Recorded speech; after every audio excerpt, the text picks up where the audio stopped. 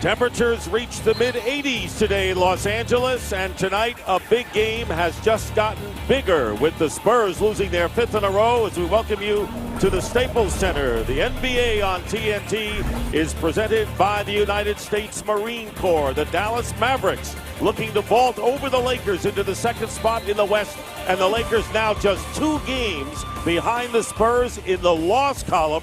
And a playoff atmosphere indeed as we welcome you, Dick Stockton along with Reggie Miller and the Czar, Mike Fratello with us as well. And right now, let's take a look at the starting lineups presented by Budweiser for the Mavericks, who have won 5 in a row and boasting the best road record in the NBA, and the Lakers 15-1 since the All-Star break. 2 hot teams. No question there is a playoff atmosphere here as we're set to go now. Kobe Bryant, and it's interesting that the Mavericks and the Lakers, who could meet in the second round, have not played in postseason since 1988, and they could meet this year. Well, what's interesting to me early on is going to be the matchup of Dirk Nowitzki and Pau Gasol. Phil Jackson saying he really wants to move Dirk defensively. He feels that at times he can become a clog defensively. He's got to make him work so his offense suffers a little bit. And I think the tempo of this game becomes key. Dallas would like to speed it up a little bit. The Lakers would like to play the majority of the game in their half-court offense. This is the 3rd and final game of the regular season. The teams have split the first 2. Both played in Dallas. Bryant guarded by Beaubois, and Kobe misses the first shot of the game. The officials tonight are Joe Crawford, Sean Wright, and Marat Kogan. It's also interesting listening to Phil Jackson, and he was like, oh, you know, if San Antonio loses tonight and it's only 2.5 with only 8 or 9 to play, it makes it very interesting as Marion with the spin baseline gets the first 2 of the game to go. Sean Marion has had 2 good games against the Lakers with 25 and 22 points and has been a big-time scorer lately for the Mavericks. Pau Gasol shooting over Nowitzki. Gasol coming off a 23-point, 16-rebound, and 4-block game in the win Sunday over New Orleans. Rich, there's the matchup that you were concerned about, and Pau Gasol is such a gifted offensive player that he will be a handful for Dirk Nowitzki. And here's Beaubois missing a 3. And here come the Lakers with Artest with the ball. Bill Jackson said, I definitely want to finish ahead of Dallas and get home court in case we meet, as Kobe Bryant hits the field goal. And the first shot that Kobe took, Beaubois was happy as could be. 3-pointer, he can live with that. What happens the next time down? Kobe goes right into the post. Nowitzki hitting over Gasol. Dirk Nowitzki coming in as the 9th leading scorer in the league. It's something we're going to see all night. Dirk has the advantage if he can take Pau away from that middle area, and Pau certainly has the advantage if he can take Dirk down low. And a foul as Beaubois committing the foul on Kobe Bryant. The Mavericks winning last night, beating the Clippers on this floor 106-100, and Rick Carlisle's team 3-0 in a 6-game road trip, and they have dominated the Pacific Division teams. And that's one of those games as a coach that you're so concerned about, trying to get that team up for the Clippers when you know you're playing against the Lakers the next night. Well, they got down early, and listening to Rick Carlisle, he said we played all 12 guys in that first half, and it certainly shows you they weren't up early against the Clippers, but found a way to win a spectacular second half for the Mavericks last night against the Clippers. Good hustle by Tyson Chandler, and there is Jason Kidd. And his 3 will go as it hit the top of the backboard and went through Jason Kidd. How about Tyson Chandler? Right down the middle of the floor. A long, beautiful lead pass that time by Kidd. Then dives on the floor to come up with the loose ball. Nowitzki on Gasol. No surprise there. And Artest misses a 2-point attempt. Chandler with the outlet pass to Sean Marion, who lost possession and now losing it out of bounds is Beaubois, turning it over again to the Lakers. The current 5-game winning streak, and you can see how dominant the Mavericks have been, and they have done well from 3-point range. Here is Kobe Bryant in the lane, and Bryant with his 2nd field goal of the game, and the Mavericks lead is cut to 1. Reggie, could that mean short minutes tonight if this winds up being Kobe abusing Bourbois early in the game, that they may have to sub for defensive purposes? Well, it's interesting because we talked to Carlisle about that, and Deshaun Stevenson, who had started a bulk of the games early when Bourbois was hurt with that broken foot, just gives him a little bit more defensively as Kobe gets called for the carry. So they turn it over. There it is right there. You can't let that ball rest on your hand. If you put your hand underneath the ball and turn it over, that's going to be a carry. Nowitzki misses, and the long rebound out to Chandler, and the new clock for the Mavericks. And here is Kidd with a three and hits it. Jason Kidd. And talking about Kidd, Rick Carlisle said Bourbois and Kidd would start out early on Kobe Bryant. So the second three-pointer for Jason Kidd, giving the Mavericks a 4-point lead. Here is Derek Fisher hitting his first shot of the game. Jason Kidd elected to go under the two screens right there. You got to stay attached to Derek Fisher. This Maverick team in the playoffs for the 11th straight year, and 11 straight years with 50 or more wins. Can they finally win a title? Dirk Nowitzki going strong inside, and a 4-point Maverick lead. Just a little ball fake, got Gasol up in the air, and you have to respect his shot so much it led to the open drive. Here's Gasol over Nowitzki. Those two going at it early on, each having 4 points. So who's going to stop who, Coach? No, this is a trade-off. This is a trade-off. And coming right back for the Mavericks is Bourbois. And that's the one thing Rick Carlisle says. That's the one dimension that Bourbois has on his team that no one else has. He has that different gear that he can go to and get into the paint. Here is Bynum working on Chandler in the lane. And the ball winds up in the hands of Pau Gasol, who hits another one. Pau Gasol, hot early, has 6 points on 3-for-3 shooting. And the Mavericks up by 2. Both of these teams, you've got the Mavericks shooting 60% and the Lakers shooting 60%. Who's going to play defense first? Double team on Bourbois. Kidd with a quick touch pass to Nowitzki.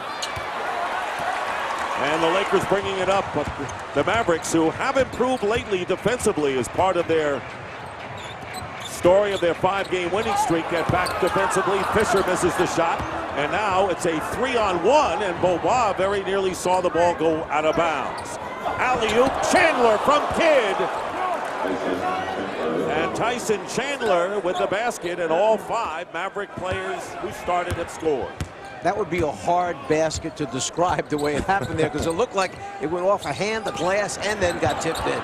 Here's Artest, and Phil Jackson telling us that Artest has been better offensively later, and it's a 1-point game. Well, he's incorporated him, putting more isolations to make Ron feel more a part of the offense. This is the best month stretch I've seen Ron Artest play for this Laker team.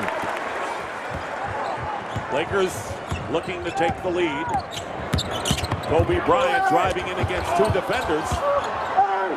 Gets another shot from the baseline, and it goes, and the Lakers have taken a 17-16 lead. You know, this Laker team plays at a different pace. I don't know if you thought that was a fast break or not. It was kind of a slow transition opportunity at first.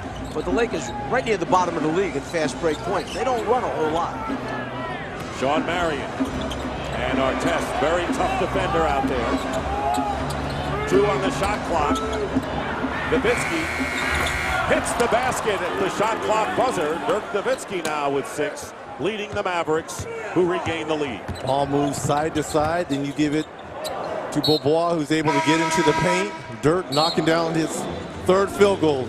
And a timeout, a feverish start here in the first quarter. This is the basket we talked about. Watch this lob pass. Kidd throws the lob. It goes up over the top of Gasol. Chandler winds up. That's the guy we're supposed to go to. And tips it back in. Each team 57% on 8-for-14 shooting.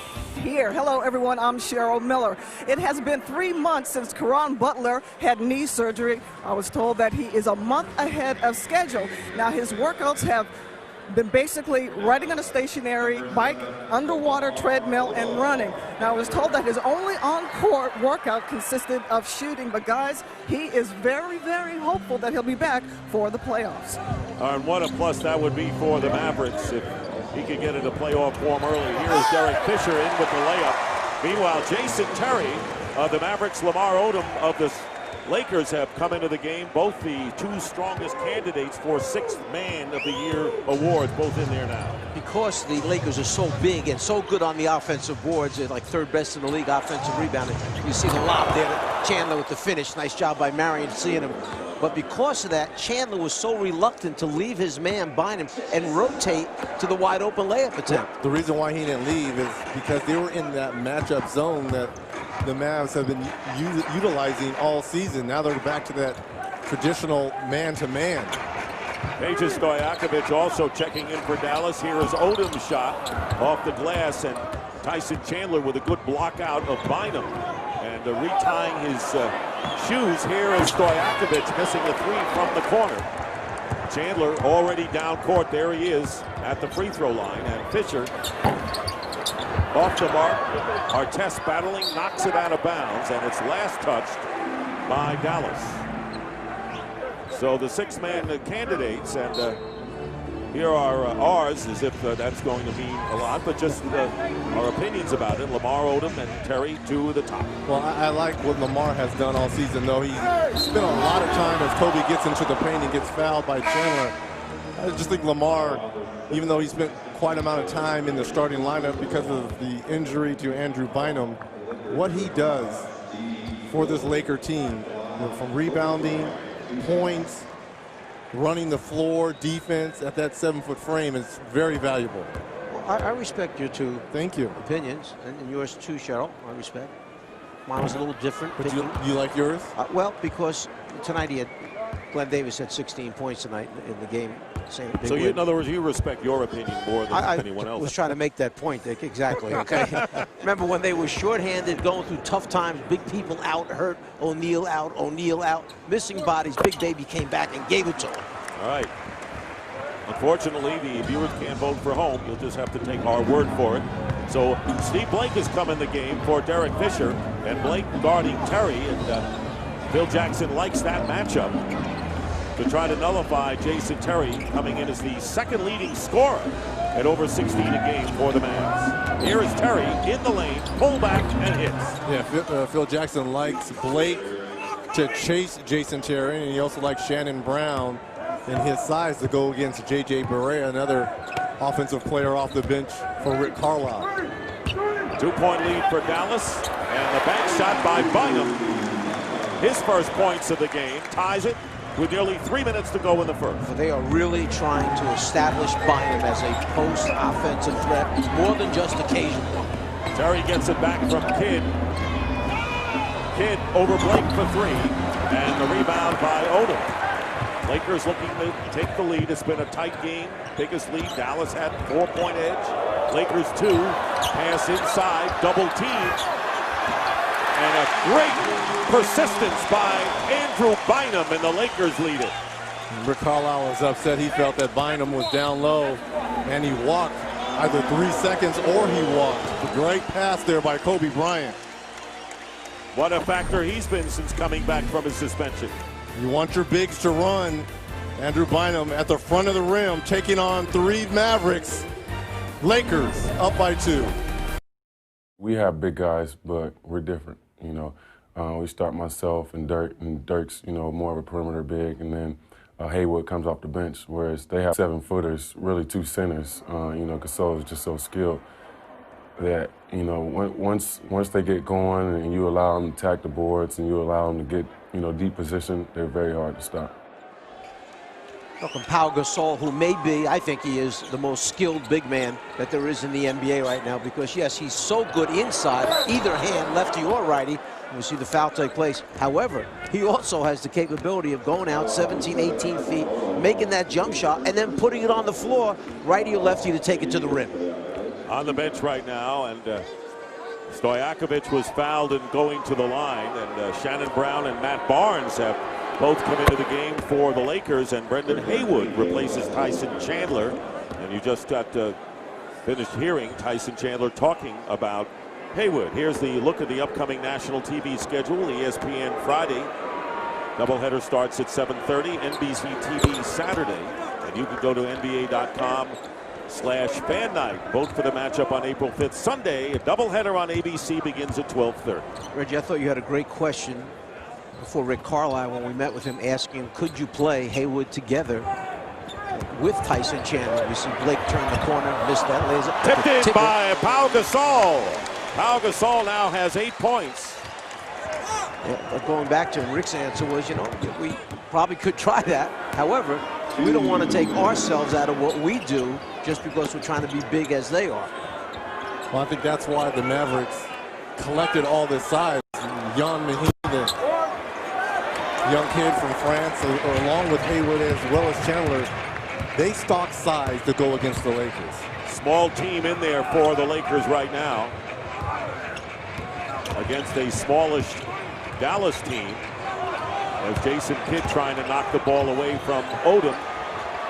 And the three-point attempt missed by Shannon Brown. And here come the Mavericks. We've had 5 ties and 7 lead changes in the game. And there is Terry with the fall away. Terry 4 points off the bench. And the game is tied at 26 as we approach a minute remaining in the first quarter. Kidd is defending Shannon Brown. Marion on Odom. Blake penetrating, good feet in, and they're going to call the foul before the shot as Pau Gasol got the feed from Blake. Look at Brendan Haywood right here, and this is what you want. You want him to come over to challenge the shot, but you've got to be on a string defensively. Someone has to drop down and take Pau off the boards. If you want your big man to rotate, protect the basket, you have to protect his back. You can't make him wind up looking embarrassed all night with guys tipping it in. J.J. Barea comes into the game for the first time, and Dirk Nowitzki, who has 6 points on 3 for 5 shooting, checks back in. 8 on the shot clock. And Lamar Odom with the line drive basket, giving the Lakers the 2-point lead, his first points. Oh, there goes my 6th man of the year right there, Pick. Oh, you're giving it out already, huh? Here's Barea in the lane, flips it up. Haywood trying to keep it alive. It comes down to the Lakers. Differential of about 14 seconds.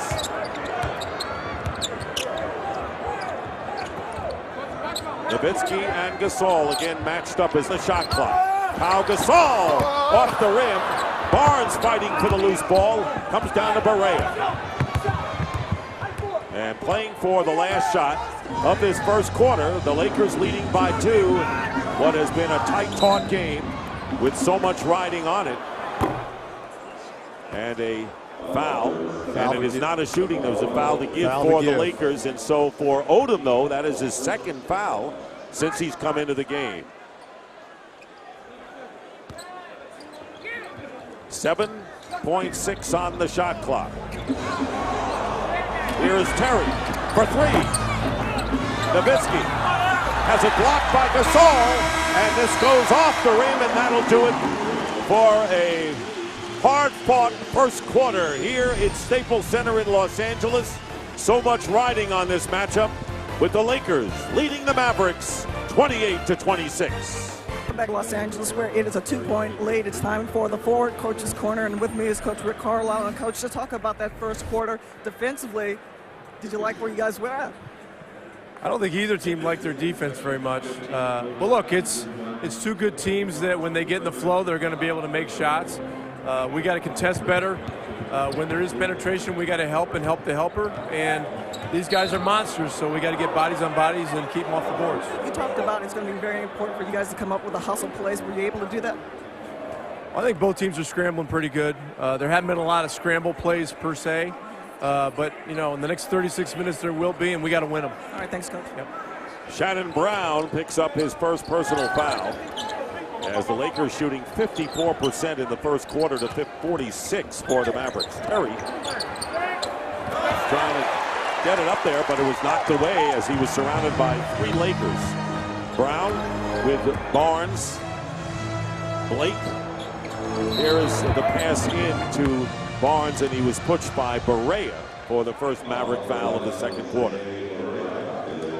Here's the shooting story. Rebounds even and assists practically even. Well, if you're Rick Carlisle, you have to be encouraged about one thing: points in the paint. This is a Maverick team that's 29th with points in the paint, and already they're even with the Los Angeles Lakers, a team that likes to force it down your throat, coach, by throwing the ball inside.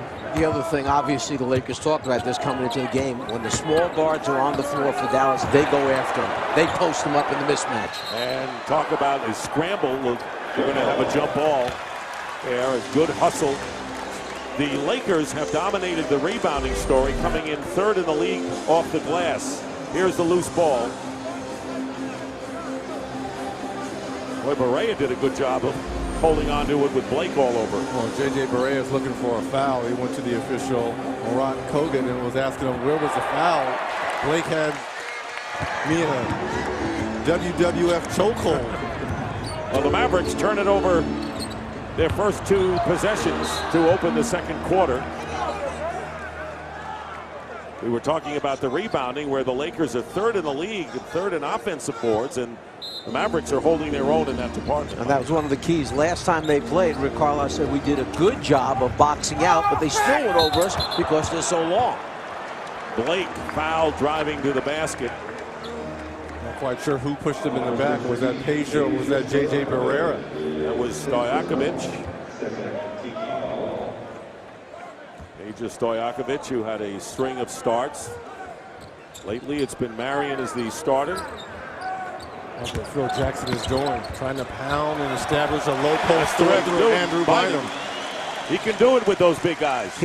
To me, he just seems so much more confident now operating in the low post there. I mean, he catches it and it looks like he's saying, I'm scoring right now. That's it, simple. Lakers are up by 4, and they call a Laker foul. Again, establishing your big man. And right now, Phil Jackson has made it a point to go at Haywood and Chandler down low. And Blake committing the foul. Here's Nowitzki with the shot. Dirk Nowitzki with the field goal. He now has 8 points. Leads the Mavericks. Pau Gasol with 8 tops the Lakers. You better not switch out on Nowitzki with the small guard, because he doesn't hesitate. He gets that ball up high over his head. He shoots it and makes most of them. Kobe Bryant scored 7 points in the first quarter. Feed inside. Very impressive by Barnes. By bringing Barnes back, what happens is it gives the Lakers one more guy with a little bit of nastiness. You know, Kobe's tough-minded. You know, Artesta's tough-minded. Barnes gives him one more guy that's a little nasty out there. His Lakers are his 8th team in 8 seasons. Well-traveled, but a valuable guy. Here's Nowitzki looking for at least a foul. Gets nothing out of it. And Blake brings it up for the Lakers with 2.5 gone by in the second quarter. 4-point lead for the Lakers. And a 3 by Blake. Offensive rebound. Bynum! Bynum!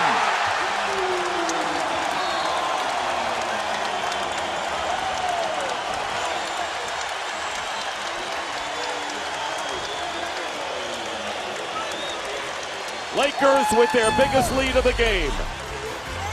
And it's all been about the inside presence. Here, Matt Barnes takes the ball with the finish and second shot opportunities. Andrew Bynum, a man among boys tonight. In the Reese's College All-Star Game. Catch all the action live from Houston tomorrow at 5 p.m. Eastern, only on True TV. The Lakers opening up their biggest lead of 6 points with Kobe Bryant on the bench. Two things that have stood out all year with Dallas. The fact that they are right at the bottom of the league in points in the paint, 29th, and second chance points, they're 27th. Well, it's just the way it started off here with the Lakers controlling those two areas. And the Mavericks turning it over several times. That's their 3rd turnover already in this quarter, with less than 4 minutes gone by. Off-balance shot by Blake doesn't go. Barea. I don't know if the ball slipped out of Dirk's hands, or was he looking for Haywood down low? Thought he had an easier shot. Here's Barea.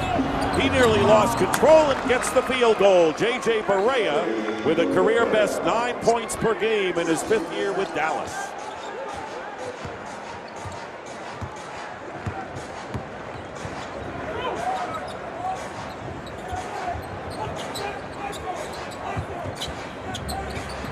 Good screen, but Barnes misses.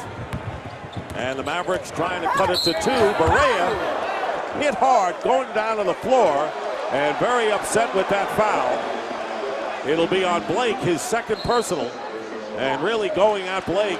And Joe Crawford has called a technical foul. Well, it was actually a good foul, but JJ got up like he was KO'd in the 12th round here. Good move here by JJ. He gets by Blake. There's the hard foul there by Barnes. He gets up quickly to have some words with Barnes, and Joey Crawford correctly gives J.J. Barea the technical foul. And Shannon Brown makes the technical free throw to open up the lead to 5. And understanding this game is for currently the number 2 seed in the Western Conference. Right now, currently the Lakers have a half-game lead over Dallas. So emotions are high on both benches. Well, it is, no matter how you look at it, up or down. The Lakers, after San Antonio lost to Boston on TNT for their 5th straight loss, now 2 games back in the loss column, trying to hold the number 2 spot, and of course the Mavericks with a win would move ahead of them. So much riding on this late season game. There's so much involved, because if San Antonio clinches it and they're going to have the best record and have home court all the way through, then perhaps Phil Jackson gets a chance to rest some of his key guys. But as long as they have a chance, they're in the hunt to get that number 1 spot. They want that, so they're going to play minutes that they have to play. No question about it. And Barnes gets the basket and a foul. And Dirk Nowitzki trying to hold his place, but Barnes with a nifty move. And the foul is against Nowitzki, his first of the game. When you watch Powell, remember we talked about his abilities, offensively so skilled, passing, finding Barnes. Barnes takes the contact, goes right into him. He knows Nowitzki's there, finishes with his left hand. Now the chance for the 3-point play. What a great point that you make, Mike, because the way the races are and home court possibilities determine how strong you've got to play toward the end of the regular season, where normally you can have fewer minutes. If you just figure that all the top 4 teams are going to win their first round, then you want to have home court come the second round. Stojakovic with the 3, which could be these 2 teams against each other. So 5 points now for Stojakovic, and it cuts the Laker lead to 2. Here is Pau Gasol going baseline against Nowitzki, and a block. Looked like Haywood got a hand on it. Pau missing the baseline jumper, and Dallas can tie or go ahead. Here is Barea in the lane, getting the basket to tie the game at 37. Barea with 6 points here in the second quarter. Well, didn't Barea have a huge 4th quarter last night, the second half, 4th quarter versus the Clippers? 16 points of his 22 in the 4th quarter in last night's win, right on this floor. And going in is Bynum. Didn't get the basket, but will go to the line. J.J. Barea doing a good job of attacking the lane right here. Takes on 3 Lakers along with Matt Barnes with a nice finish. And what a long rest this has been for Kobe Bryant. And they play tomorrow in Utah. Phil Jackson electing to rest his superstar. It looks like Kobe's getting ready to check back in. Along with Jeff Fisher, as Bynum hits the first free throw. NBA League Pass is now available for the lowest price of the season. To watch the race to the playoffs, log on to NBA.com/League Pass or call your local cable, satellite, or telco provider. Kobe Bryant back in the game. He scored 7 points in the first quarter. That last foul was against Haywood.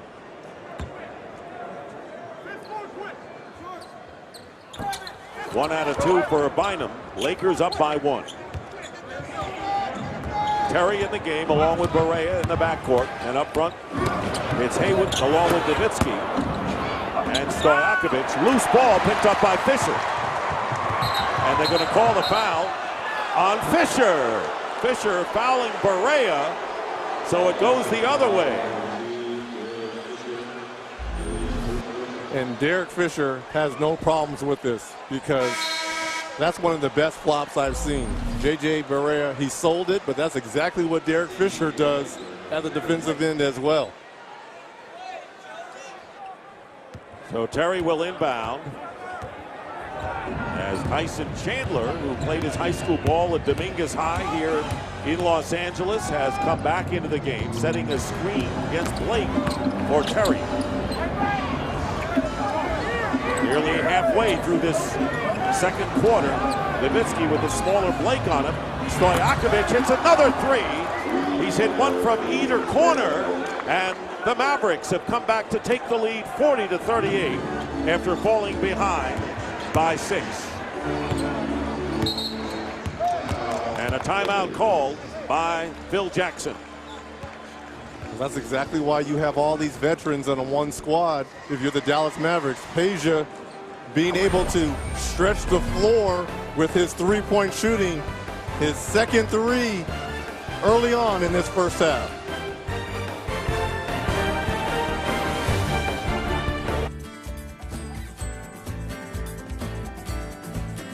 Autism Speaks. It's time to listen. Join the NBA family on World Autism Awareness Day. Join the NBA family and get involved to make a difference for families living with autism. And bring the autism community together as one strong voice. The Mavericks have outscored the Lakers 8-1 to regain the lead with 6 minutes remaining in the second quarters, as Stojakovic and Barea together have scored the last 6. 12 points for Dallas, 6 each. Ron Artest back in there, and he delivers with his first attempt. Ties the game at 40. We haven't seen Sean Marion in a while. He's now come back in the game. I think the ability of Peja to stretch the floor is the reason why he's getting these extended minutes. And there's Marion with the runner. And knocked away. It'll be Lakers ball. You know, there's a good thing for a coach and sometimes a bad thing for a coach when you have a real deep roster. The good thing is it protects you against injuries. You have flexibility. You can match up small, go big. However, sometimes it's tough to get everybody in the game now. Yesterday, Rick Carlisle played all 12 people in the first half. But it doesn't work that way all the time. As you get down to crunch time, you basically play 8 or 9 guys. Bryant driving in with the layup. Kobe Bryant now with 9 points has not been a factor, but you know he always will be at some point. And a 20-second timeout called by Rick Carlisle. And there's no way that JJ can stay in front, around, behind Kobe Bryant. Kobe using that 6'7" frame to get by the 5'5". Did I say 5'5"? 5'9", JJ Barea. 40 after the Dallas 20-second timeout. If you're wondering why the quick timeout by Carlisle, it's just so he can put somebody in the game to fight Kobe Bryant. That's the guy with the ball right there, Jason Kidd. He couldn't leave Terry and Barea on the floor. Kobe was just going to go. By 6, that's how tight it's been. Here's Pau Gasol behind Kobe Bryant off the rim. What a pass by Gasol. What a pass by Lamar down to Pau. This is some of the best passing big men on this Laker team. Nowitzki gets the basket and one. And Ron Artest, a very tough defender, but not with the size of Dirk Nowitzki. Well, Dirk fought his way through this one. He knows he's got a tough defender on him. He knows Artest is strong. Lowers, leans right in, anticipates the contact. But the good thing is that he makes the shot at the end. Just doesn't settle to get 2 free throws. Nowitzki missed a free throw in the fourth quarter against the Clippers last night, ending a string of 74 consecutive free throws, the longest in the NBA. He made the very next one of the best there is. And he makes the three-point play to give Dallas the 1-point edge. And Kobe Bryant again misses. So he misses the layup, and now trying to get the ball, taps it. A brilliant defensive play by Kobe Bryant as he tapped it into the hands of Fisher. Here's Artest. A 2-point basket. How about that play by Kobe Bryant? First he deflects it, and he's going out of bounds. He's well into the seats and still saves it, and it winds up being a 3. Crowd still buzzing over that one, and Kobe steals the ball away from Nowitzki. Here is Artest, all day to shoot, and this is the 3. But Gasol from Odom. And the crowd on its feet as the Lakers now are up by 3 with some spectacular play at both ends of the floor. Well, really, the Lakers' size now is starting to show through. Lamar Odom and Pau Gasol making themselves very large on the offensive glass.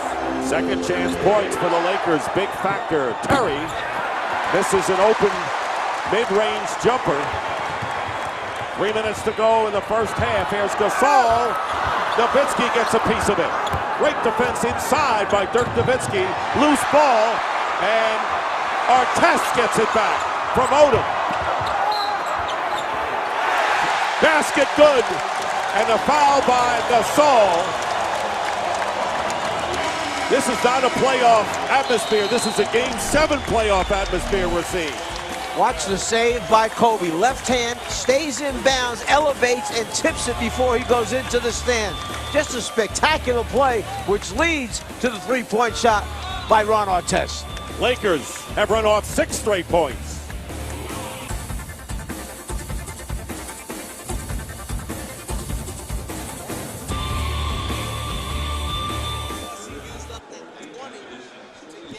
Yes, into the game. Lakers have made an impressive run since the All-Star break, going 15-1. It started on February 22nd when they beat the Hawks handily.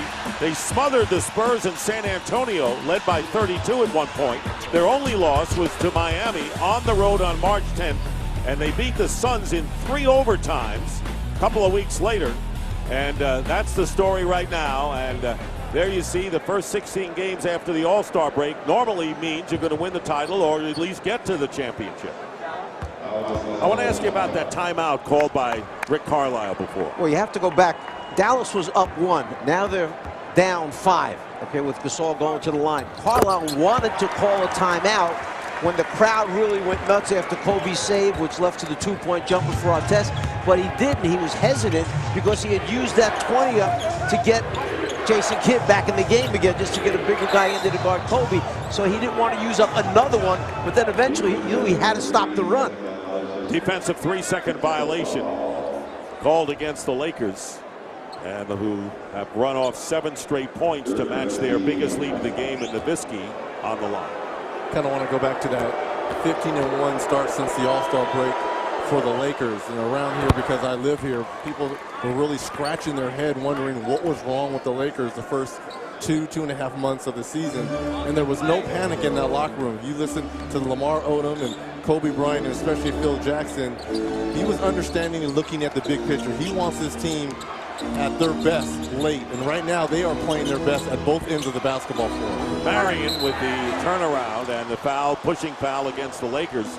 But who is better after all he has done and seen over the years than being able to handle a long season as a coach, to be able to handle the down moments and not to panic and just say, let's get ready for the finish. Well, one other factor with Phil, as you mentioned to us, he had a guy like Derek Fisher who stepped up right before All-Star break and said to the team, hey, listen, when we come back, let's get back to knowing what our roles are in this team and try staying in what your role is, and don't forget what it's supposed to be, because that's what will help us win again. And that's a guy like Derek Fisher who's willing to step up and say that, and Phil lets him handle that. So he knows he has a coach on the floor in Derek Fisher, who's, by the way, his second tour of duty with his team, and all he does is get championship rings as well. Chandler makes the free throws as the Lakers in the penalty. 2:25 to go in the first half. LA by 4. They have had a 6-point lead on 2 occasions. And here is Kobe Bryant hitting a 3. Kobe Bryant now with 12. And a 7-point lead, the biggest of the game for the Lakers right now. Marion with the runner. Falls off. Kidd is guarding Kobe Bryant. Here is Bryant. A 10-1 run right now for the Lakers with under 2 minutes to go in the first half. Kobe Bryant looking for an overhand right here early on in this first half.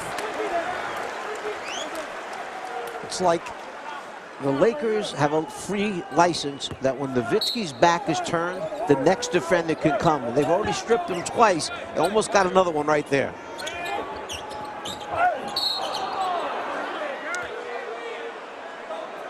And they're going to call a pushing foul, a penalty the Lakers have been in. And it'll be second foul against Fisher. And right now, let's check in with our studio in Atlanta. Here's Matt Weiner.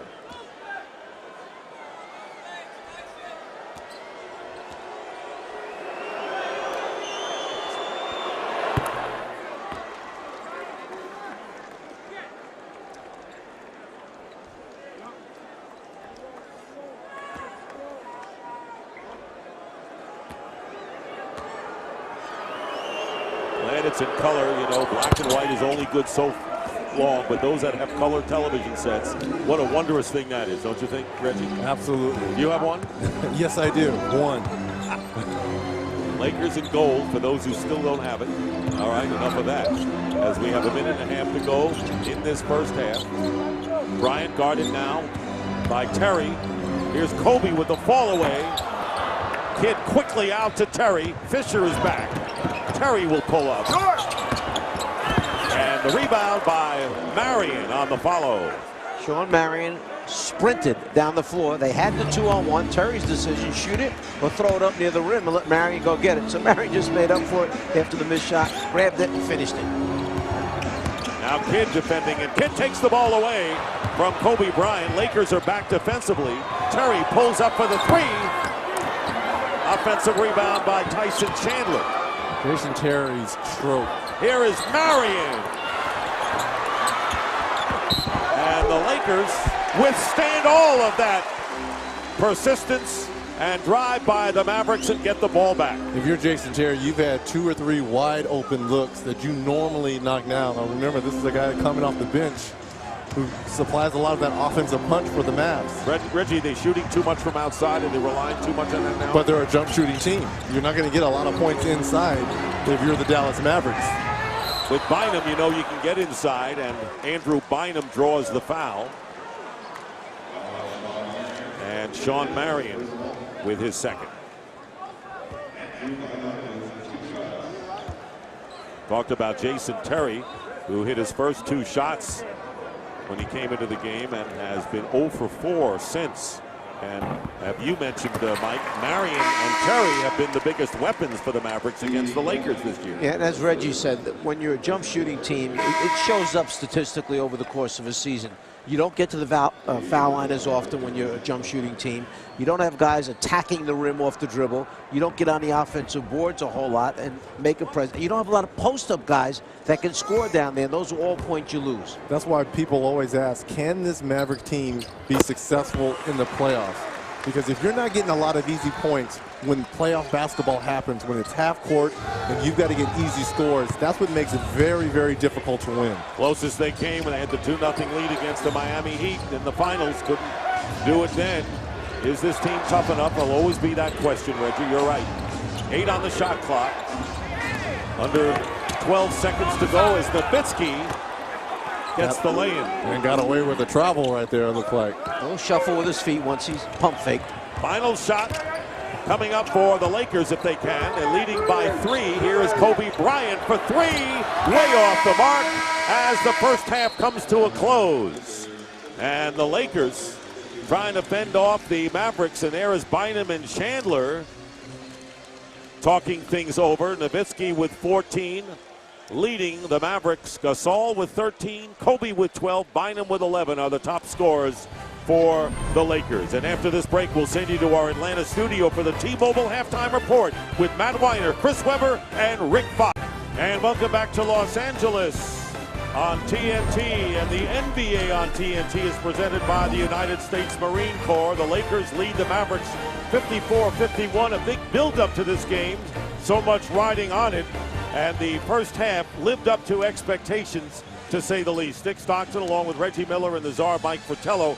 And I guess we touched on the question as to whether the Mavericks really have what it takes to maybe finally win a title that has avoided them so far. Well, the Mavs 29th in points in the paint. But what sets them off is, are they going to win by just shooting jump shots? Well, when you have Dirk Nowitzki and Peja Stojakovic, guys who really can stretch the floor, it really doesn't matter. Dirk, one of the best mid-range shooters for a 7-footer. I just like their size, but they are going to have to get more points in the paint to be effective. You mean like you want me to show you how to get points in the paint? How about Bynum finding some space down low to finish off around the rim, and then the soft touch of Pau Gasol with the offensive rebound, and then the strong two-hand finish by Bynum. The power forward and center right now, 10 of 15 from the floor in the first half. Here are the statistics, and what you may not see here, the rebounding, with the Mavericks out-rebounding the Lakers 25-18 against the stronger rebounding team, which could bode well if Dallas continues to get the job done off the boards in the second half. Right now, let's check in with Cheryl Miller. Well, I spoke to the Mavs coaching staff, and they basically said that first half is exactly what they expected. Physical, the bigs really put a number on our bigs. Turnovers were the worst thing, and Reggie, you talked about this team turning the ball over.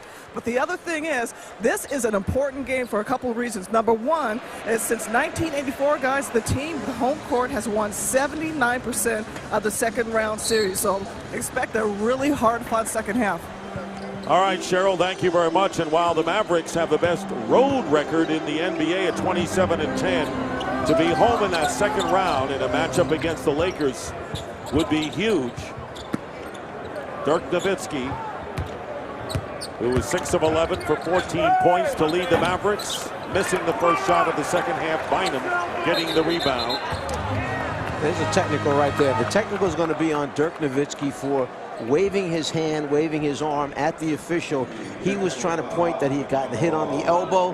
The official didn't want to see the gesture on Dirk's part, so he gets the technical foul. Second technical called against the Mavericks. J.J. Barea got hit with one in the second quarter. Kobe Bryant connects. Watch now. Here's Dirk coming down the floor. Watch him right there pointing to his elbow. Hey, I got hit. I got hit. The official thinks about it, calls the technical. Where? He pointed to the elbow that he got fouled. Where's the wave? Well, the arm that was up in the air, you know. Come on. Bynum is pushed by Tyson Chandler. I understand the respect for the game and all that, but Dirk should you got to have a little bit of dialogue with the official. And they've done a good job of kind of letting up on this a little bit, but in a game of this magnitude, you can't afford to give these two excellent teams free opportunities to shoot free throws. On the turnover, here is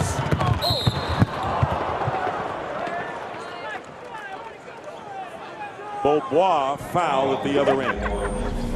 Now watch Dirk Nowitzki. He feels that when he lets it go, he gets hit. There's the step back. Which he didn't. All right, now there was no foul. Now, that's good defense there by Pau Gasol. All right, let him come back now a little bit, and that's when he points to his elbow, to the official, and look, it's Dirk Nowitzki. He should not get a technical for that, okay? Kobe Bryant committed the foul, and Beaubois misses the first free throw. So now Dirk has to be a little careful with what he says here. Well, absolutely, but also now there's been a precedent set. So anytime the Lakers, they look at the official or they put their hands up, it should be a technical, according to what we just saw. Right or wrong, Coach? I cannot argue with you, sir. You made your point. Basically, the officials have done a terrific job, and you pointed that out so far in the game. That was deflected, so no backcourt violation there. Kobe Bryant has 8 on the shot clock, working against Beaubois. Tough pass to Artest in the corner, hits a three. Ron Artest now with 10 points, and his second three of the game. Kobe Bryant found Ron Artest right in his shooting motion. And he had to pass through several players for that. And Beaubois, not sure whether he was trying to pass it to Chandler or put up the shot. 6-point lead for the Lakers. Here's Kobe Bryant. Off the rim, Gasol foul. Pau Gasol fouled. Looked like Marion from behind. We'll check and see early here in the third. You know, I thought this might be off of Kobe when I first saw it. The deflection took place, and then it had hit Kobe's hand last. It easily could have been over and back is what you're saying. Yeah. You're being really nitpicked tonight, aren't you? Well, I mean, it is what it is. Let the game flow. I'm finding these little things out there tonight. I'm sorry. You're getting into playoff mode here, I am getting ready. If it goes off of Kobe, it's off of Kobe. A chippy broadcast table right now, early in the third quarter. Dick, it's springtime. We saw all the crazy games that went on in March Madness, and there's only 8-9 games left in the regular season here. These professionals are seeing the light at the end of the tunnels. It's playoff. It's springtime, baby. We've got to raise our game, too. Biggest lead of the game for the Lakers. By the way, that foul was not against Marion but by Nowitzki, his third, as Kidd misses the jumper. So an 8-point lead, and the Lakers trying to get it into double digits here with 2 minutes gone by in the third quarter. Here is Bryant going in, has it stripped away.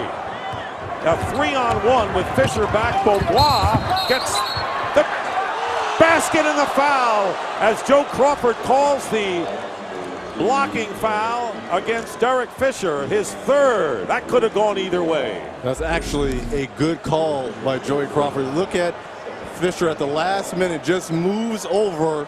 He was still moving, but if you're Beaubois, you got to give that ball up to Tyson Chandler. Yeah. I know you made the basket and potentially an and one, but that's a very selfish play.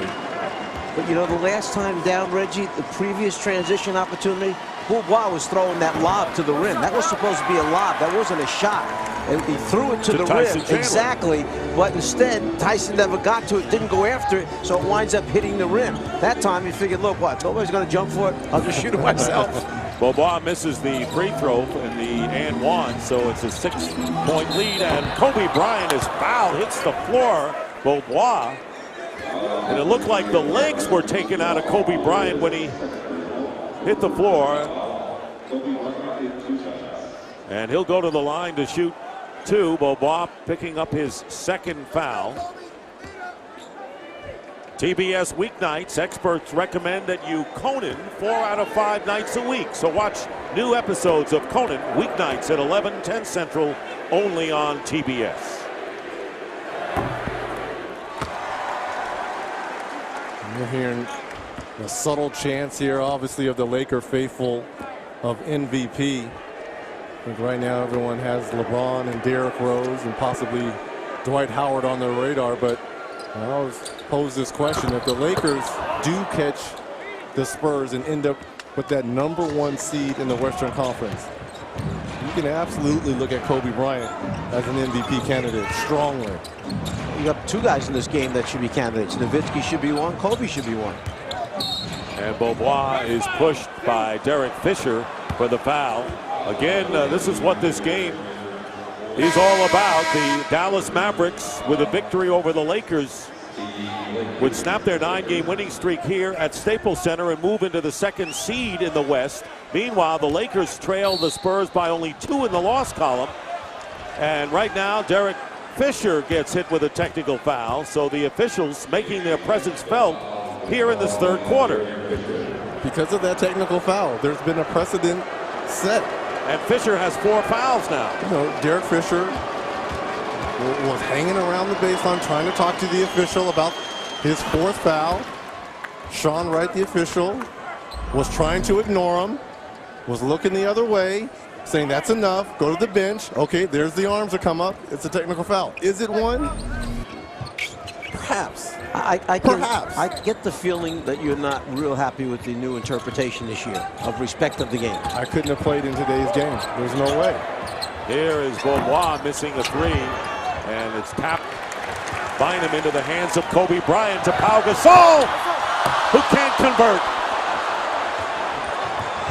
Mavericks back. Kid goes down low to Nowitzki. Guarded by Bryant, doubled by Artest, traveling called against Nowitzki.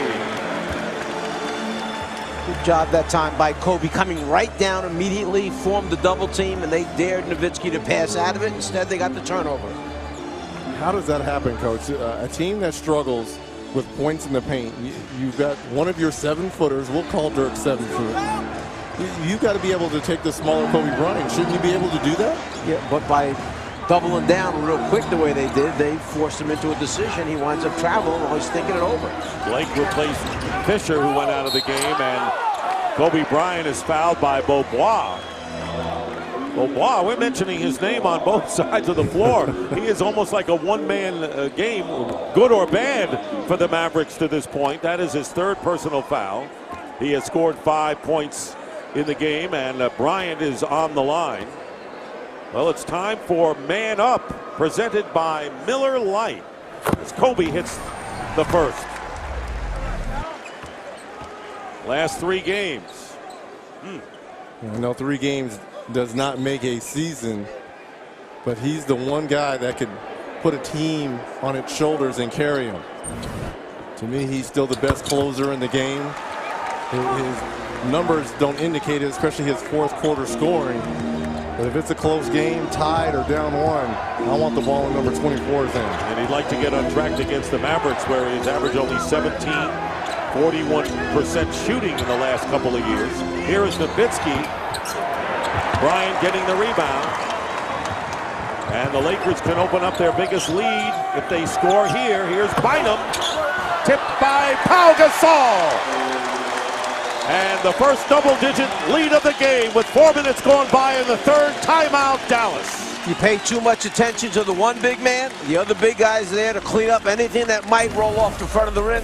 You'll see the second Dallas Mav come back in there. 3 blue jerseys occupied by him. Can't have a guard trying to block out Gasol. This time, let's look at the size advantage of what takes place down in the post in transition. Dirk Nowitzki gets caught behind. You have 1 defender, 2 defenders, 3 defenders, even 4 turning your head looking at the ball. What that does is it takes a guy like, well, Sean Marion, for example, who's standing over here, and his job, seek out that big man, Pau Gasol, and go put a body on him. Don't let him get in there for a follow-up shot. Well, Bynum gets it up there, but Gasol just too big. That's his 4th offensive rebound, the 8th one for the Lakers in this game. Jason Terry, who has scored 4 points on 2 for 6 shooting, has come into the game with the 4 other starters for the Mavericks. And here is Terry putting it up, and Artest getting the rebound. The Lakers have outscored the Mavericks 11-4 here in the third quarter. Dallas is 1 of 7 shooting from the field. Laker bigs playing a big role so far as LA trying to continue to challenge San Antonio. Bynum misses the turnaround. 10-point lead for the Lakers. Gasol against Nowitzki. Basket counts and a foul. An and one situation for Dirk Nowitzki. And this is a move you normally don't see from Dirk. Doing a wonderful job here of taking the ball off the dribble here. Gets through 2 Laker defenders. Nice extension of that left hand, coach.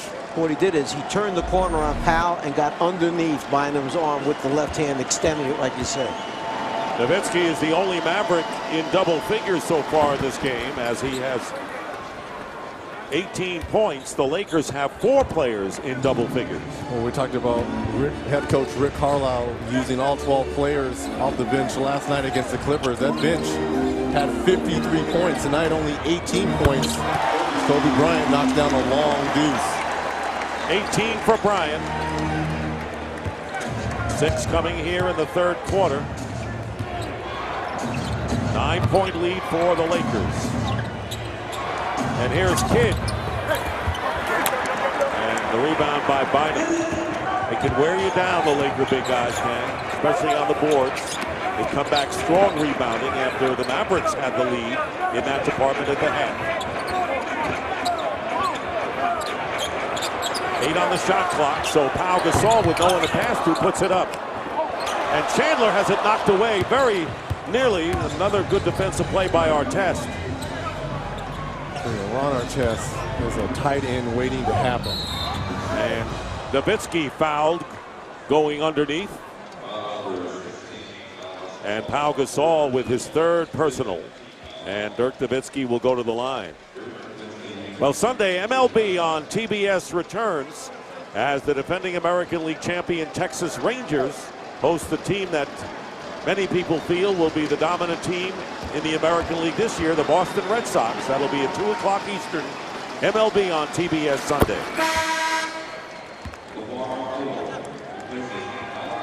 Lamar Odom will come in for Pau Gasol, who goes out of the game. He has scored 17, and he has 3 fouls. If there's one thing to me that would have changed this game, and it would be a little bit closer right now, it's the open looks that Terry has had at the basket, which night in and night out, he makes that shot. That's why he's so important coming off the bench. It's one of the reasons why he doesn't start, because he's very comfortable in that role. He just can't knock him down. 2 for 6 in this game. Nearing 6 minutes remaining in the third. And Kobe Bryant against the very pesky Jason Kidd puts it up with 2 on the shot clock. Kidd, great defensive job, but Bynum follows it up and gets the field goal. And at the end of the day, that's the one thing the Lakers will always have over the Mavericks, their ability to attack the offensive glass. 13 points, 7 rebounds for Andrew Bynum. 6 on the shot clock. Nowitzki. And Mavericks not getting many second shots against this Laker interior defense. Kobe Bryant loses it out of bounds. And it'll go over to Dallas. Reggie, I'm trying to think, besides a healthy Boston Celtic team, who has size to match up with the Lakers? There's not a lot of teams. I think with Oklahoma City, getting Kendrick Perkins will help. But you're right, there's not a lot of teams that has the size and the depth that the Lakers have, and the experience. Nowitzki guarded by Odom. Fall away. And Dirk Nowitzki now with 22 points. He is the game's high scorer. And the Laker lead has been shaved to 7.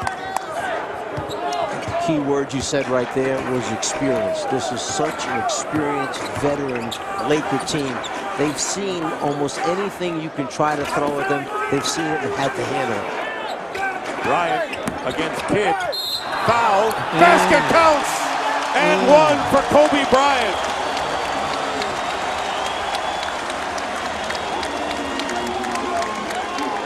Jason Kidd on the foul, and Bryant with 8 points here in the third. I mean, just too good, too talented. I mean, 2 Hall of Famers going against one another. Kobe takes the contact with the fadeaway and the bucket. And Jason Kidd, who just turned a spry 38 years of age last week. 3-point play the conventional way by Kobe Bryant. And again, the Lakers are up by 10 with 4.5 minutes remaining in the third quarter, matching their biggest advantage of the game. Stojakovic in the game. 2-point attempt goes. Stojakovic with his third field goal. That's what he does. He has the ability to come on the court and immediately put points on the board, and so good from behind the 3-point line. You have to respect him. It stretches the defense out. Blake to Bryant, goes inside to Artest. Good interior passing by the Lakers, and Odom connecting. Good pass, but good ball movement by the Lakers. Under 4 minutes to go in the third.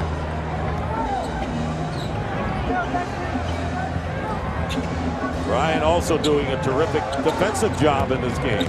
Here is Terry with the jumper, pointing out what Mike Lazar pointed out a little while ago. Terry is not hitting those open jumpers. Blake keeps it alive, and Artest missing a 3 from the corner. Andrew Bynum is going after every loose rebound as Jason Terry tried to spin move, ball out of bounds. But I love the aggressive nature of Andrew Bynum, who is upset right now.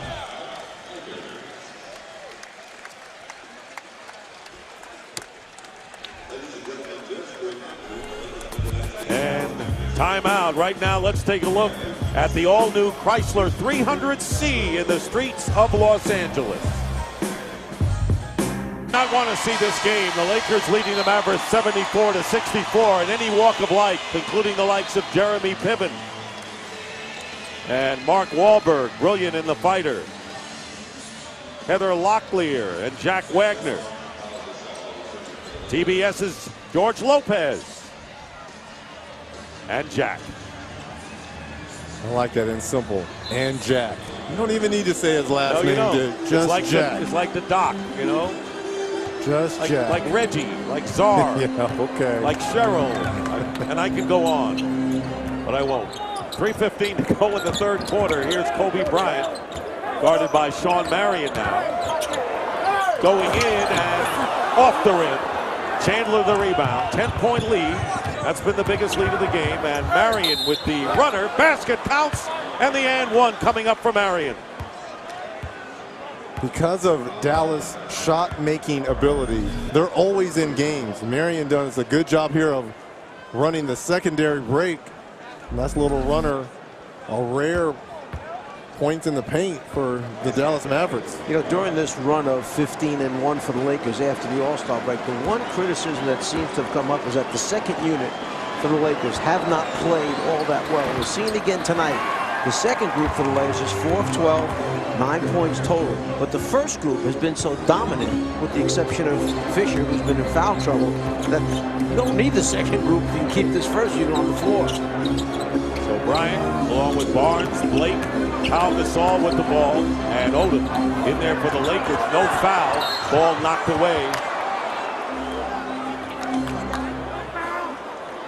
And the foul is called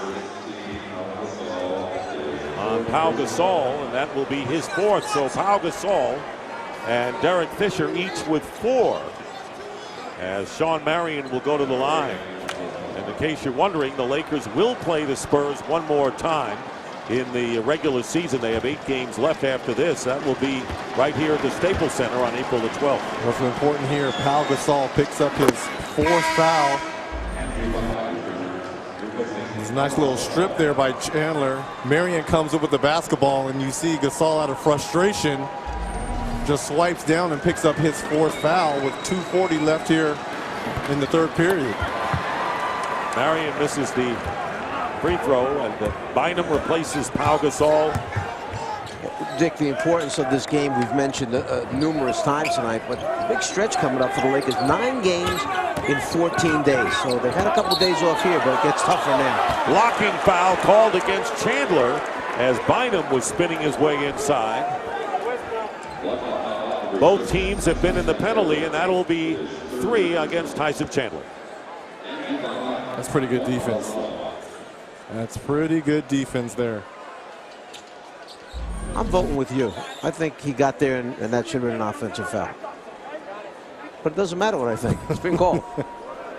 Bynum 3 for 4 from the line. Has 13 points and 8 rebounds.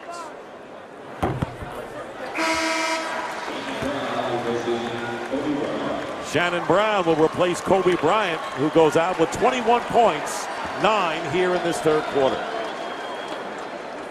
Remember, it was the second unit, as you talked about how their offensive struggles, and you talked about the one criticism of this team is the Lakers will get another opportunity here. But it was this second unit in that 1st and 2nd quarter that kind of stretched that lead out with Kobe and Ron Artest on the bench. 8-point lead, Lakers get it back, and one thing that sometimes goes unnoticed is the fact that the Lakers really don't turn over the ball. 2-point basket by Shannon Brown. Coming in, the Lakers were 2nd in the league with fewest turnovers, averaging 13 a game. They've committed only 5 so far. So they have held on to the ball, and there is Kidd finding Stojakovic for 3. And good timing on the rebound by Bynum, and a loose ball foul called against Chandler, and that'll be 4 on Tyson. And there you see Brendan Haywood quickly come in. See the swipe here by Tyson Chandler, just right over the head of Andrew Bynum, picking up his 4th foul. Dick, you mentioned how well the Lakers protect the ball, 2nd best in the turnovers, and now couple that with the fact that Dallas is right at the bottom of the league in forcing turnovers. They only force around 13 turnovers a game, so it makes it a little bit easier night as far as you trying to run your offensive stuff. Here are the numbers in the 3rd quarter, and a huge rebounding edge by the Lakers, not to mention the scoring and the second chance point, 8-0. Lakers have their biggest lead of the game, 12 points with under 2 minutes to go here in the 3rd. That's who they need to get going here for the Dallas Mavericks, number 31. Started the game hitting his first 2. Reggie has missed 6 since then. And this one goes in. It was credited to Marion, who has 9 now.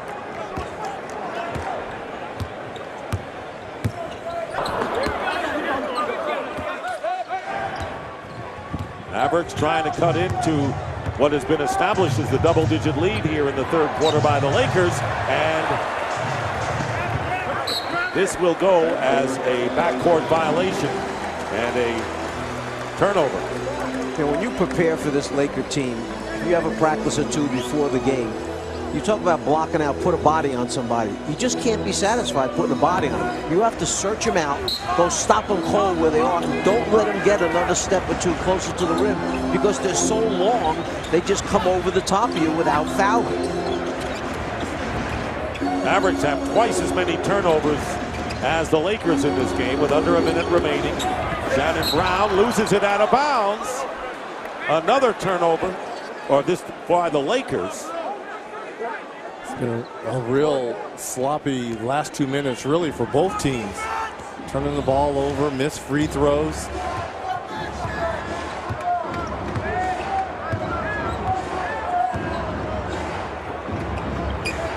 On the shot clock, and they're going to call Blake with the foul. Let's take a look at the finishing schedule for these teams. Lakers 8 games, the Mavericks 7. Key thing I look at is plus 500 teams. Both have 4 at plus 500 teams. But look, I think the Lakers sense, especially with the Spurs losing tonight, this is a chance for the Lakers to take another step forward and try to creep into that #1 seed in the Western Conference. And you can't tell me how important that was last season, that Game 7 here against the Boston Celtics, even though that was for the NBA Finals, how important home court advantage is. Kid got a piece of that one. It's interesting. I think you're right about the home court advantage. And you wonder, could the Lakers beat the Mavericks if they don't have a home court advantage in the second round? And they could very well do that. Well, Dallas has the best road record, and I think followed by San Antonio or the Lakers. So these are, excellent teams that can win on the road. When you get to that level, everyone's able to beat anyone on the road. Last year, the Mavericks, who were the 2nd seed, had the best road record in the league, and then they proceeded to drop 3 road games in San Antonio and got knocked out in the first round. There is Odom with a 3 from the corner, Lamar Odom. And it matches the biggest lead of the game for the Lakers as we wind down in this third quarter. Final seconds. Jason Terry not been a factor. And getting a piece of it on the attempt by Marion, and that will do it. Very close on the other end. But they've got to feel good about things here at the Staples Center. After 3 quarters with so much riding, the Lakers lead the Mavericks 82-70.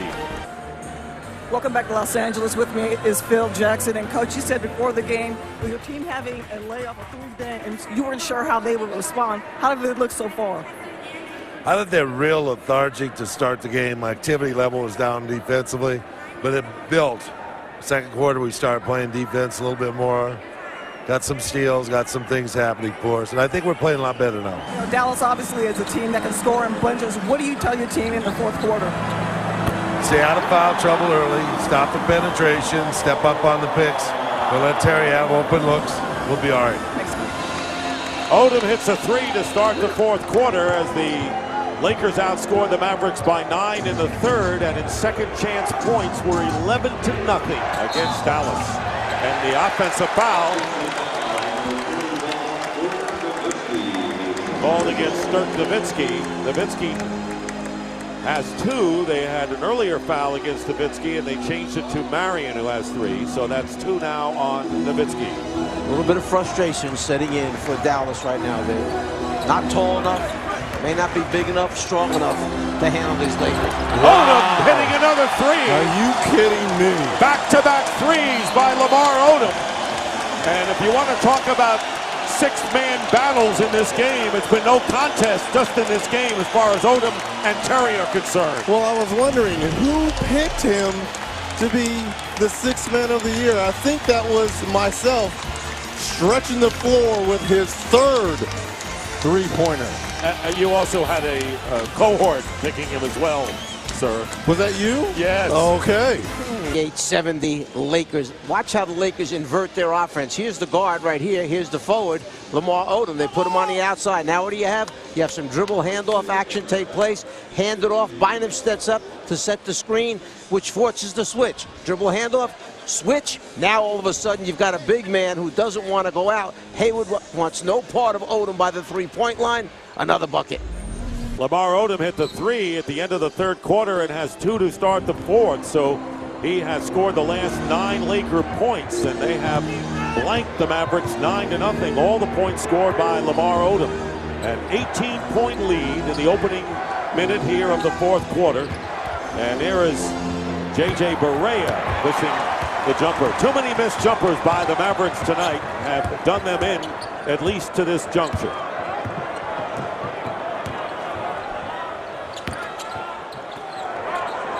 Nowitzki out at the top meeting Odom. Odom will try another one, and this one misses. That was a two-point attempt. Blake trying to head off Barea. Stojakovic. Tough shot. Odom the rebound, and here come the Lakers again. Odom! 11 in a row for Odom. Well, the good news is that we're allowed to vote over again tonight at the end of the game. For sixth man of the year award. And Nowitzki coming back with a three. Dirk Nowitzki, with his first three-point basket of the game, has 25. And he is the high scorer in the game. Two players in double figures for the Mavericks, 5 in double figures for the Lakers. A little more than 2 minutes gone by in the fourth. Here's Odom again. Streak not over, but he did not add to it here. Here is Terry for 3, and Terry continues to struggle. He is 2 for 8 from the field, now 2 for 9. And a 17-point lead for the Lakers, who are playing with a world of confidence and assurance in this tough game against Dallas. Blake has it knocked away, and now Terry and Blake have to be separated. And Matt Barnes came in at the end of that. It looked like he shoved Jason Terry.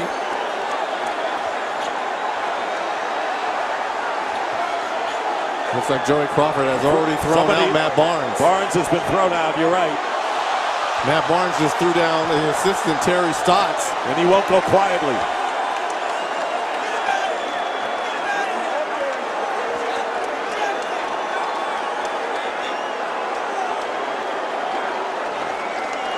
Playoff atmosphere when we started. Not that this is what you always see in the playoffs, but it shows you the kind of feverish attitude we have with these teams. You may have had 2 ejections for the Lakers. Yes. It may be Blake Barnes and Barnes. And I believe Jason Terry has been thrown out for the Dallas Mavericks. Go back to the beginning of the game when Barnes came in the game. Absolutely. And we said it's the third person that's got a little bit of nastiness for this team. Kobe, Artest, and that's what you saw. Brendan Haywood is also going. So Haywood and Terry are gone. Blake and Barnes also ejected. You're right. Barnes gives them the edge. And let's set it up this way. If the playoffs were to begin today and both of these teams won their first round matchup, as this is where it all started. Blake thought that he was fouled hard by Terry, going to the hole by Jason Terry. Well, there Terry was a push. He pushed him. Blake, yeah. Blake was definitely pushed by Terry there. So if these two teams won their first round matchup, they would face one another in the second round. And here's Barnes and assistant coach Terry Stotts, who was trying to play a peacemaker here as Joey Crawford was ejected him, and he's just trying to hold him so nothing goes on. And he just throws Terry Stotts down on the bench. Stu Jackson is going to be busy tonight. And I like what the officials are doing here. You can do this and go to the monitor. They want to get straight who should be out of the game right now and how many shots, if any, they're going to award. It's the shove at the end. Watch Terry. There's the foul. Another foul. Now there's the two hands where he shoves him out of bounds. That's what made Blake react and come right in his face. And there will be fines as well. A lot of frustration for Terry, I would think, tonight, Czar, huh? Well, we just said that. We saw we said a little while ago, the Dallas team have become frustrated. You could see that. They're going to commit fouls that they would normally not commit, lose a little bit of control. Jason Terry 0 for 7 from the field since hitting his first 2 shots. He is. Now I'm trying to wonder what Brendan Haywood did to get thrown out. Because right there it looked like he was playing peacemaker. Right. I don't know if it's something he did or said. And you have to leave the floor in an orderly manner here. You can't do this. And what I like is watch Kobe Bryant here. Now, I've been in a situation where the bench is cleared and everyone was suspended for a number of games. Kobe Bryant doing a good job of policing the bench. No one even took a step onto the court here. Smart decision over there by the captain, Kobe Bryant. Right. And a lot to see for the officials. See if we can see Haywood, low right side, low right side. There's the shove by Jason Terry. There's the reaction by Steve Blake. Now here comes Matt Barnes with the shove on Jason Terry. Now I just can't see what Brendan Haywood is doing. It had to have been something he said, because looking at it, okay, now here comes the reaction right here. I'm still a little lost on what Brendan Haywood did to get ejected. Well, at that moment when he went charging towards the bench there at the end, I don't know what happened after that, but that could have been something. But that's his bench over there. 2 coaches with the 3 officials, and Joey Crawford sorting it out.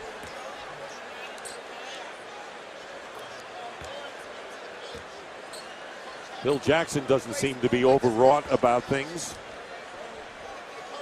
Has a 17-point lead. Well, it's safe to say suspensions are going to be handed down from this. Yes. And I love what the officials are doing right here. They're huddling up. They're talking amongst themselves. They called both coaches over and explained everything that has transpired. And now the ruling. Joey Crawford, who's been at this a number of years, a true professional. He's one of those guys you want on the floor during situations like this. They've done a great job of settling things down in a hurry, especially when players were not coming off the court that fast. Absolutely. Look, they sit and talk together in the locker room before the game. They know the importance, the size of this game. We saw some early technicals when players reacted that we kind of said, you know, we don't need to have that. But that's why they were doing this, to try and set a tone from the beginning that they're going to control this game and not let it get out of hand. And here's the whole play from the beginning. The ball comes out of the post to Blake. He drives, and then there's the shove at the end by Jason Terry. Here's the reaction from Steve Blake.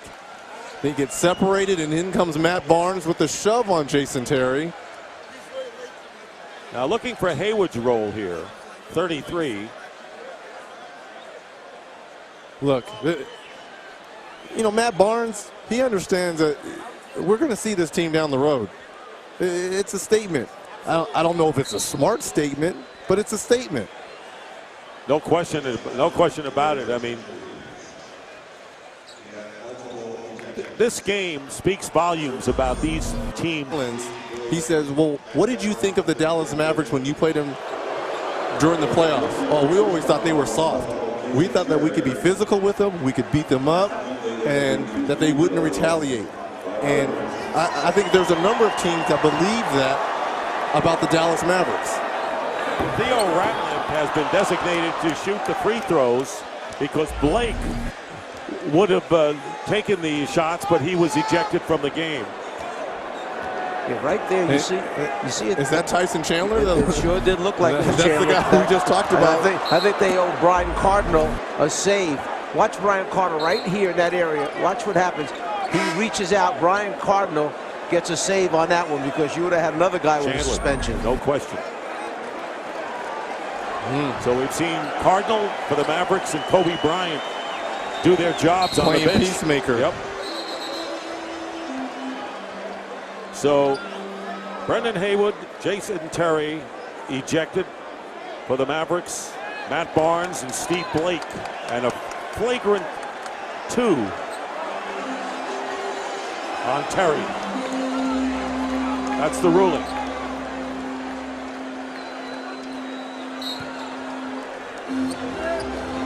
So there's the story. Ejected from the game tonight. That doesn't include the 3 technical fouls we had earlier in the game. One on Barea, the other on Nowitzki, and Derek Fisher as well. Here is Barea looping it in. Pretty basket by J.J. Barea.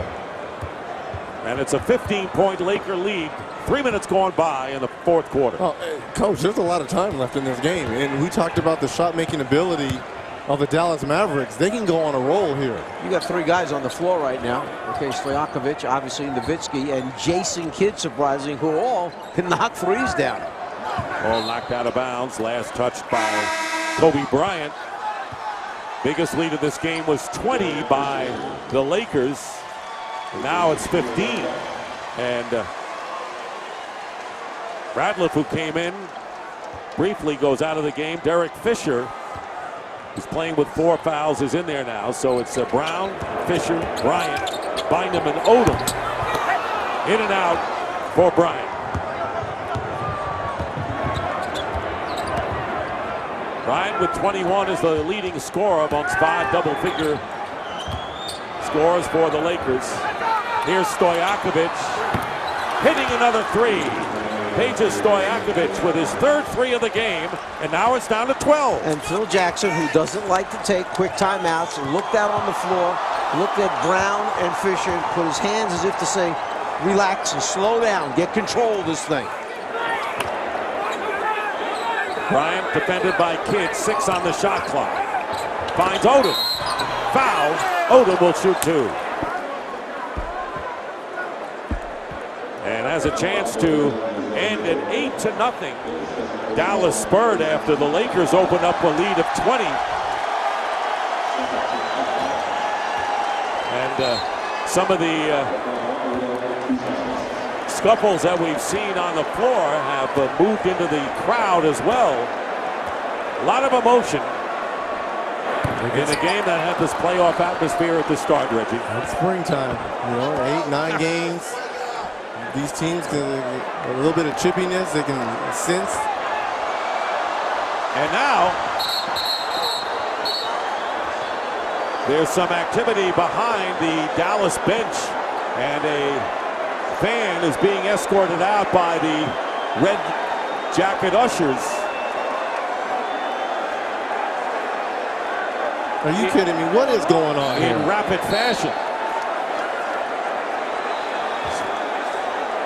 So control, which we have finally established on the court, now has to be established in the crowd as well.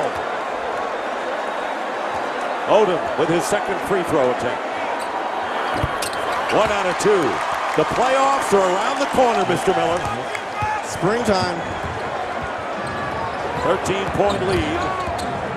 Barea surrounded by Laker defenders. Plenty of time on the shot clock. 13-point lead, 4th quarter. Barea in the lane. Tough shot. He's made a couple of tough ones lately. He has 10 points in this game, and it's down to 11. Laker lead 91-80. It was JJ who had 16 points in that 4th quarter win last night against the LA Clippers. On this very floor, and they're going to call it in the act of shooting. Jason Kidd fouling Kobe Bryant, who will shoot 2. Now let's see, down the aisle, look on the right side, and a great job done by the ushers to really intercept the fan and knock him back before he really gets onto the floor. Let's give a lot of credit to the red coats here at Staples Center. They've been on it. Kobe Bryant hits the first free throw. Kobe Bryant, who passed Kareem Abdul-Jabbar last Sunday for the Laker record for most games played. Tonight is his 1,095th game. And this year moving from 13 to 6 on the NBA all-time scoring list. Dick, you know what you just realized when you look back over where that almost took place, the altercation? They have red coats sitting facing the stands the entire game. Not facing the court to watch part of the game, but doing nothing but sitting and watching in case, as we see Jason Kidd tee up the 3 and miss it. Just in case somebody tries to come out of the stands, and that's why they have them facing that way. As you said, they've done an excellent job. No question, 13-point lead. Here's Kobe Bryant, basket counts! And Kobe Bryant with an and 1. 25 for Kobe. Not only with an and one, but a little bit of a finger wag at the end of it. Splits the double team here. Jason Kidd comes over top and just gets him right on the wrist. And here's the reaction right to you, coach. No, not in our house. Lakers rounding into superb playoff form as the season winds down, looking to make it 16-1 since the All-Star break. No basket. And there'll be a Laker foul against Derek Fisher. That'll be his 5th.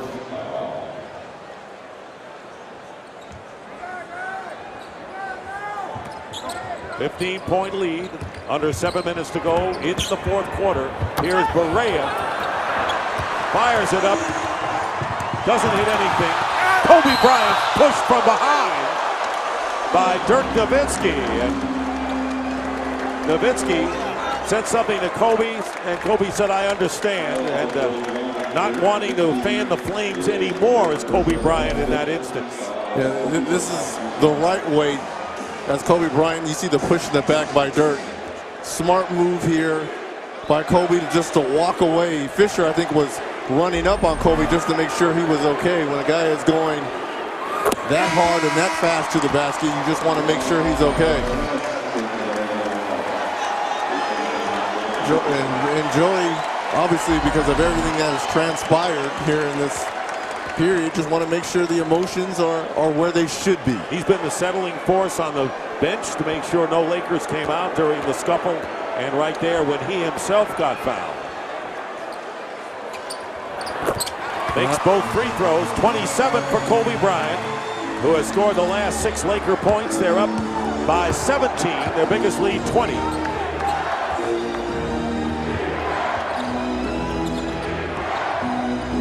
Barea losing the ball. Odom. And Shannon Brown, foul going in. Kobe was under the basket, did not mind at all that Shannon Brown was going to take it himself. And actually, that's the right play by Shannon Brown. You make the defender commit to you before you get rid of the basketball. Right now, the Mavericks are in the penalty. A look at the upcoming national TV schedule. Friday at ESPN, 7:30, Celtics, Hawks, Lakers, and Jazz. Then NBA TV on Saturday. Oklahoma City plays the Clippers. Blake Griffin in action. And then ABC Sunday at 12:30 Eastern. It'll be the Suns at the Spurs, followed by the Nuggets at the Lakers. And how about the Nuggets and how they have been since Carmelo Anthony was traded? All that young talent at George Karl's disposal. They're moving the basketball. They're playing hard at both ends of the floor. Got to give George Karl and that Nuggets team a lot of credit. You know, when you have a guy like J.R. Smith and Al Harrington who can come off the bench, each of them get you 18, 20 off the bench. And that's a pretty good start for the second unit. And how about having a floor general like Raymond Felton coming off the bench as well?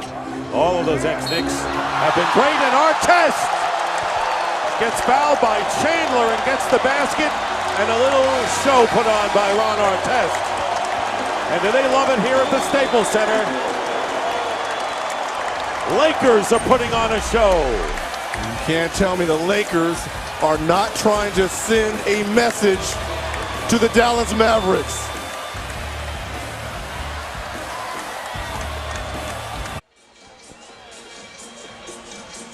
Back here in Los Angeles, the NBA on TNT is presented by the United States Marine Corps. Dick Stockton, along with Reggie Miller, the czar Mike Fratello, and Cheryl Miller here. And we've had a little bit of everything. And including a scuffle, we've had 4 ejections plus 3 individual technical fouls and a 20-point lead, matching the Lakers' biggest advantage. They've outscored Dallas 11-2 in the latest run by the Lakers. Here's Dirk Nowitzki. Stojakovic from the corner. Nowitzki with the offensive rebound. Misses the fall away. Rebound by Bynum. Nowitzki, by the way, a double-double. He has 27 points and 12 rebounds. Chandler has 10 boards. And Andrew Bynum, 16 points, 11 rebounds. And And Kobe Bryant with 27 is the leading scorer. Take a look at the West, where the Spurs lost their 5th in a row to the Celtics earlier tonight. All of their big three did play in the game, and a Laker victory tonight will make it a 2.5 game edge, but 2 in the loss column, and give the Lakers a 1.5 game lead over Dallas for the 2nd seed. Coach, but look at this. Oklahoma City will be only 2 behind Dallas. Do they want to move up to that 3rd spot? And that way you're going to be facing the Lakers in the 2nd round, versus if you stay in that 4th spot, you're probably going to get San Antonio if San Antonio wins their 1st round match in the 2nd round. Well, I did speak with Scotty Brooks today, and I asked him that question, but he promised that I couldn't give the answer to you, so he'll have to wait a little bit. I mean, do you really want to play the Lakers? I mean, eventually you're thinking you would have to play the Lakers. They're the defending champions. I'm just assuming that they get to the Western Conference Finals, but that's something teams think about. Do we want to face them in the 2nd round, or potentially in the Eastern or Western Conference Finals? I did actually talk to Scotty today. It was actually don't bring it up if you're not going to tell us. What are you talking about? It was just to congratulate him on what they've done. They won 50 games once again. He had played for me one time, so I just was saying hi to him. That's all. Tip in by Bynum. Mike, don't tease us, please. Don't tease Reggie and I. He didn't answer the question. I didn't bring that up. I just said congratulations. Okay. Timeout called. Now that we got that settled, 105-82. Bynum has 18 points and 13 rebounds. He has been a tower of strength inside possible 1st round matchups. And I know Magic Johnson said, I don't want the Lakers to play the Trailblazers because there's a lot of hard feelings between those two. What are your thoughts on some of these guys? Well, I think the Lakers always have a tough time when they go up to the Rose Garden to play Portland. Nate McMillan has done a fantastic job of patching all the pieces of the injured players together, and yeah, it would be I think the both Western and Eastern Conference, the 1st round is going to be unbelievable. Substitutions in the game in the final minutes. Luke Walton making his 1st appearance for the Lakers. Deshaun Stevenson, Jan Mahinmi are in for the Mavericks. Big 3-point explosion to end the 3rd and start the 4th, and that was really key to the Lakers' route here. Yeah, I think the white flag has been thrown in by Rick Carlisle here in the Mavericks. Just under 5 minutes left. There's no question about it. Look, his guys got the win last night. They started out this 6-game stretch with 3 straight wins. He knows they've been beaten tonight. He's not going to take a chance. He shouldn't have getting one of the key guys injured. He's got back-to-backs coming up with Portland and Golden State to round out the 6-game road trip. So they're 3-1 right now, and we're going to see Joe Smith come into the game for the Lakers, and Lamar Odom goes out of the game to a big hand. 16 points for Lamar Odom, and countless other terrific plays at both ends of the floor. Fisher gets the bucket. And the biggest lead of the game, 25 points now for the Lakers, 107-82, under 3.5 to go. I don't know. To me, I think you have a guy like Gasol out on the floor right now. Maybe it's time you say, Al, come sit over here next to me. Stevenson missing. They do play tomorrow as well against Utah, in Utah. So with San Antonio losing and the Lakers heading for the victory, they will now go to 2.5 behind the Spurs for the #1 seed in the West, 2 in the loss column, and still with 1 game to play. It'll be right here at the Staples Center on April the 12th. Well, here's George Lopez. And TBS weeknights, the comedy continues right after Conan. Don't miss Lopez tonight, all new weeknights at 12/11 Central, only on TBS. You may see an intentional foul taking place here very shortly, because Pau Gasol is who Phil Jackson wants to get out of this game. He's got Theo Ratliff at the table. The problem is Gasol got fouled, so he's got to shoot the free throws. But don't be surprised if they don't foul immediately to stop that clock and get it in. When do we talk about golf and Jerry West hole-in-one this week as a charity event? How about that? Pretty good, huh? And of course, one of the great golfers. Always a terrific golfer. Had a hole-in-one in the 16th hole at Riviera Country Club. And what did he win, Czar? You know, I thought you always like win something like a car if you get a hole-in-one. He won 2 tickets for a Laker game. Well, maybe it's a Spurs game. Maybe it's a good. I understand he traded it in for a watch or something and then gave it to the Lakers Youth Foundation. Yes, $8,000. You're absolutely right. We auctioned it off. They auctioned it off. Jerry West, who's a coach, general manager. Stevenson misses outside, and Joe Smith getting the rebound as we wind down to 2 minutes to go in the game. This game is winding down after a tremendous emotional contest. That's why Pau Gasol. That's exactly why you get him out of the game sooner. And now that's exactly why you do it. It's not over yet. And now Shannon Brown's going to get thrown out because you know they're going to foul one of your starters. That's why you got to get Powell out of the game. You're absolutely right. That's exactly. I mean, you don't wait and let him go up and down, and you intentional foul if you're the Lakers. That's why I said before, expect the intentional foul right away after the free throws to stop the clock and get him out of the game. And I want to say this. I see where Shannon Brown is coming from because you got to protect one of your star players. Here's the hard foul by Brian Cardinal on the head of Pau Gasol. And then Brown knocked Cardinal away, and just when you think things were going to just end with a whimper, more activity. Look, there's messages, subtle or not, being sent from both ends, whether it's Ron Artest kissing the biceps on his and one, the shove down by Jason Terry. And here's the offensive rebound here by Pau Gasol. Goes up. Hard foul by Cardinal. I mean, that was no exceptionally hard foul. Remember, they were two teammates together. They happened to be very close when they were both in Memphis, Cardinal and Gasol. But it's a message from Brian Cardinal and the Mavs. You're going to keep one of your stars when we've thrown in the white flag. Right, we have our bench players in, and you're going to keep one of your all-stars on the floor. Yeah, he's supposed to foul him like that. 5 ejections, 3 technical fouls. And again, the possibility of a second-round matchup between the Mavericks and the Lakers looms large. And remember, these teams have not played in postseason since 1988. It's been that long since Dallas has played the Lakers. A little surprising there. It's been that long. And Coach, I see it on both ends. I see Shannon Brown protecting Pau Gasol, and I see Brian Cardinal with the hard foul, with the only other than Derek Fisher who has to be in because of Steve Blake being ejected earlier. I see the hard foul from Brian Cardinal.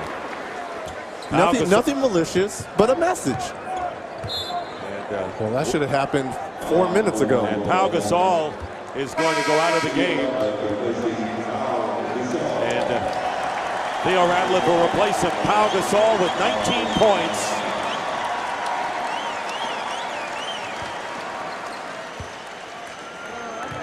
Seven of 14 from the field and 6 rebounds. Kobe Bryant scored 28 tonight. Bynum was a double-double with 18 points and 13 rebounds. Coach, you know, we've done a number of Laker games, and whenever they get up, especially like this, we've seen these fans usually head towards the exit. Because of everything that has gone down tonight, look at everyone waiting around. And standing. It shows you the intensity between these two teams.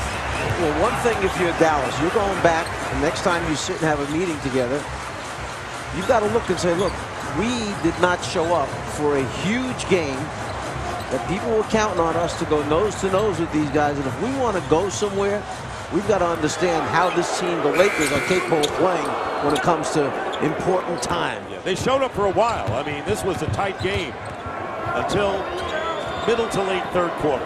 And I'll go back to what Tyson Chandler told us.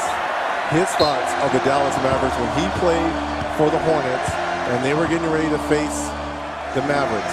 We thought they were soft. We thought that we could bully them. We thought that if we attacked them and were the aggressor, they would back down.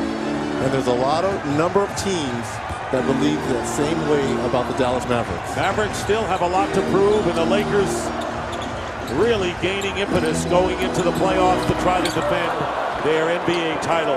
Odom had 16 points, all 11 in the 11-0 Laker run in the late third and early fourth quarters. Odom also had 10 rebounds, and that's the story. The Lakers will win their 8th in a row and go 16-1 since the All-Star break. 10 straight here at the Staples Center, and will end the Mavericks' 5-game winning streak. So the Lakers will be a game and a half ahead of Dallas for the second seed and climb to within 2.5 games, 2 in the loss column, of the San Antonio Spurs, who just about a week ago were up by 7 games overall in the West. So the final score, the Lakers 110 and the Dallas Mavericks 82, and Kobe Bryant is with Cheryl Miller. Well, Kobe, obviously this game meant a lot to both teams. Playoff atmosphere. Talk about what message you guys were able to send tonight. Well, I mean, it's a team that we could potentially see in the postseason, so it was important to come out and try to send some type of a message. You guys have been on an unbelievable run since the All-Star break. What's been the turnaround? It's focus. We minimize mental mistakes, and defensively we're very sharp right now. Obviously, with San Antonio losing, you guys can get closer to that #1 spot. How do you feel about that? Well, it don't really matter to us. I mean, you always want to be #1, you know what I mean? So, we just continue to play for the sake of getting that #1 seed, but the truth is we don't mind playing anybody anywhere. It's nothing like a lot of pushing and shoving to get the playoff juices flowing. Well, yeah, I mean, this was, a throwback type of a game. If this was the 80s, I'm not sure you have that many ejections. You probably just take the ball out and keep on playing. All right, thanks a lot, Kobe. You got it. Send it back to you guys. All right, Cheryl, thank you very much. So Kobe Bryant, high scorer with 28. Nowitzki had 27 in a losing cause. Our final score, the Lakers 110, the Mavericks 82. Coming up next, Inside the NBA. So for Reggie Miller, Mike Fratello, Cheryl Miller, and the rest of the crew, I'm Dick Stockton saying goodnight from Los Angeles. You've been watching the NBA on TNT, exclusive home of the 2011 NBA Eastern Conference Finals. Now let's send it to Matt Wine.